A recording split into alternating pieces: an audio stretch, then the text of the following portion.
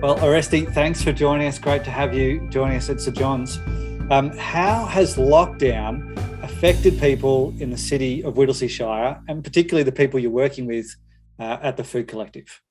Yeah, look, Kirk, I think particularly the clients and people that we're supporting at the Food Collective, the impact of COVID has been, look, it has affected those that are most vulnerable in our community. And for some, that would have been the situation even pre-COVID. But I think with COVID, the uncertainty around safety, health and so forth, and also that the impact of being locked up because of lockdown, people being indoors, for some that will create some triggers from traumatic situations from country of origin where they haven't had that a kind of a level of control over their lives. So it's bringing some of that to the surface. That's very painful and very difficult, as well as the issues around financial vulnerability, which leads to food insecurity.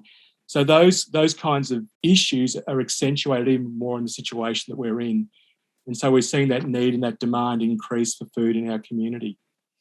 Yeah, so it is an area where there's always been a need for help with food, but lockdown's just ramping that up considerably. Yeah, lockdown has exacerbated it. And there's also the other side that there is an impact on people's, I guess, sense of not wanting to go to the shops to buy food, even if they have an financial access. There's also that side of it. So I know in times when we've provided food relief by providing transport service, like delivery to people's doors, that's been very well utilised. I think for the reason of just staying at home, trying to do the right thing with lockdown.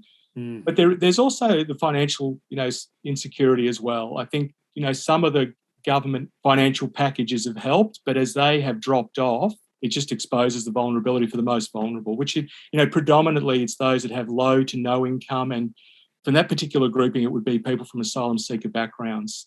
So there seems to be three main ways that people can get involved with the Food Collective. Tell us what they are. Absolutely. So there's three very clear ways. I mean, we'll never say no to money because in terms of stocking our shelves, now the food that we give out is free. We give it free. We call it the Whittlesea Food Collective Supermarket, but it is free for those residents that qualify for our food service. So we're always needing funding because we are not funded for the food side of things, although we've been able to get funding from local government because of COVID as an emergency relief response. Now, long term, we're looking for ways for this to be sustainable. So we do look to community, we look to individuals in the community to provide financial support, local community groups, faith-based groups, churches and so forth.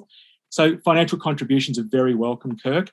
The other thing that we also look for encourages people giving dry goods or pantry items, pasta, rice, flour and so forth, and we can provide a very clear list on what we're looking for there. And we're also keen to encourage anyone that's growing food in their backyard, anyone that's got a wonderful little veggie patch. We've got a campaign known as Grow to Give, because there are people in our communities that do grow quite a bit and that have excess produce. So you can contribute dry food items, pantry items, and also fruit and veggie items from your backyard if you have any. That all comes under donating food. And the third area, which is really significant and important for us, is people in the community volunteering at the Food Collective. And volunteering can take place on, say, Wednesdays or Fridays, Wednesday mornings or Friday mornings. And volunteers can be involved in supporting clients that are booked in to come to the supermarket to access food. They can just support clients and they're scanning in with their QR code, just providing some very light, gentle support as they go through the supermarket to get their food. They have free choice over what they want and what they need. But just having a friendly face, someone providing support is part of what volunteers get to do. On those Wednesdays and Fridays, volunteers can also be a little bit more behind the scenes, not so client facing, and help can be there to help stock the shelves, to unload a pallet of food. If anyone's got some skills on a walkie stacker, which is like a forklift kind of a thing, it's a stand-up forklift. There's also some opportunities there for volunteering. And we also have a need for volunteers that can drive our truck. We have a food truck known as Fergus. Fergus, the food truck, is completely covered in Whittlesea Food Collective logos all over him. And so we do need volunteer drivers, because we'll make trips to Food Bank, Fair Share down in Derrimut. We get fully cooked meals, frozen meals from Derrimut. Yeah, opportunities to volunteer Wednesday mornings, Friday mornings. And we're looking about anywhere between 3 to 4 hours on a Wednesday or a Friday. And with the volunteer drivers, that could also be on a Thursday as well. And a shift could be anywhere from 3 to 6 hours. and you are allowed to go outside your 5K to do that. You get a permitted worker permit from the Food Collective to do it. So for people looking to get out to serve people in need, but also to get out of your 5K. And, we would issue a volunteer, a worker permit, and all the details will be there. So people are able to travel to us. We're located in Epping, and any travel around, if you're in the food truck, and obviously got to go well beyond 5Ks, the worker permit will be there. Everyone will be safe and good to go, and we'll provide all the necessary training and support. Fantastic.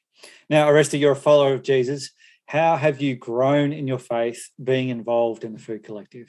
Yeah, look, I've grown a lot, Kirk, over the years. I think I came into this role where I'm working not as an initial desire. I many years ago was leading a small church out here in the northern suburbs, and my desire as a follower of Jesus, as a disciple, was always to be where God wanted me to be, and always to be a faithful follower of Jesus. And increasingly, that's taken me into things like volunteering in the community, volunteering where I work now at Whittlesea Community Connections through the Food Collective. And so more and more, that's the pathway that God's taken me. And now I'm here working as a staff member and absolutely loving it. I've learned so much. God has opened my eyes up to a whole lot of things that I couldn't have seen just by staying in the four walls of church. Working alongside people that don't profess a faith in Jesus, nonetheless, I've learned so much from them, from our clients and community, from asylum seeker, refugee backgrounds, hearing their stories. Just increasingly learning to take more of a posture of listening, less talking, more listening. I've grown so much, and it's just been absolutely gold, Kirk, and thoroughly commend any Jesus follower to do the same. It doesn't mean working for an organisation like I do, but it could. But even just volunteering, and even if it's not volunteering for us and what we do, finding something in the community to be a part of. Because what I continually encourage other Jesus followers to consider is that Jesus is already out there on mission by his Spirit. And we have the privilege of joining him and meeting a whole bunch of amazing people. And sometimes it's in the middle of distress and difficulty, but there are some wonderful things that emerge that we get to see and be a part of. Fantastic. Well, it's so encouraging to hear what you're up to and what your team's doing. Please be assured that we're praying for you, and we encourage everyone to get involved in one way or another as well. Thanks for your time today.